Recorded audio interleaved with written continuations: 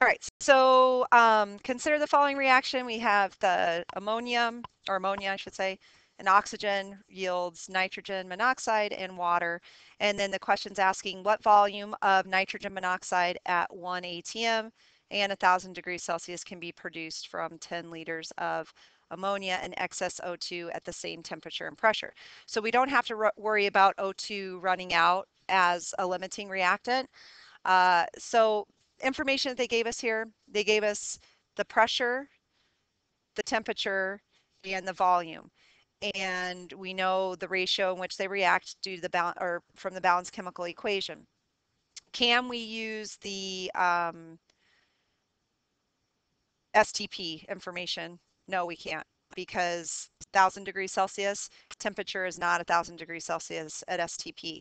So that means we have to use the ideal gas law in order to solve for number of moles first. And we're going to solve for number of moles of ammonia first, and then we can do a mole to mole ratio solving for nitrogen monoxide. So here's how we would do that. We need to use the ideal gas law. PV equals nRT. Our pressure is 1 atm. Volume is 10 liters. N is our number of moles that we don't know. Ideal gas law constant, 0.0821. And then our temperature in kelvins is 1,273. So when we solve this for N, we get 0.9, whoops, not 9, 0.0958 moles of NH3. Okay, so now that we know the quantity of NH3 that was produced, they want to know what volume of NO. So our next step is going to be to go from moles of NH3 to moles of NO. Then we can plug that into the ideal gas law equation in order to figure out the volume of NO that was used.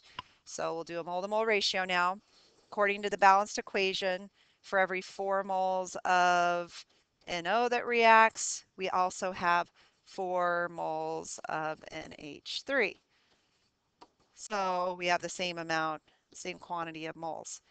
Now at this point, you should be able to recognize that our moles are equal. Now when we plug it back into the ideal gas law equation and solve for volume, what you expect is to get this, get the same volume. Because in the question, it says that we have the same conditions, the same temperature, same pressure. So if we know number of moles, we plug it back in, we would expect to get 10 liters. So let's see if this confirms that. If I plug it back into the ideal gas law equation using the number of moles for nitrogen monoxide, the pressure is the same, 1 atm. We don't know the volume. Number of moles that we calculated for nitrogen monoxide is 0.0958. R value is the same, and temperature is the same.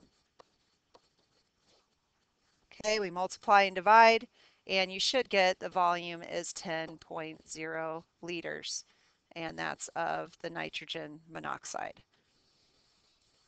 So since the mole ratios were the same, and since we kept conditions constant, the volume of nitrogen monoxide is the same as the original volume of the NH3.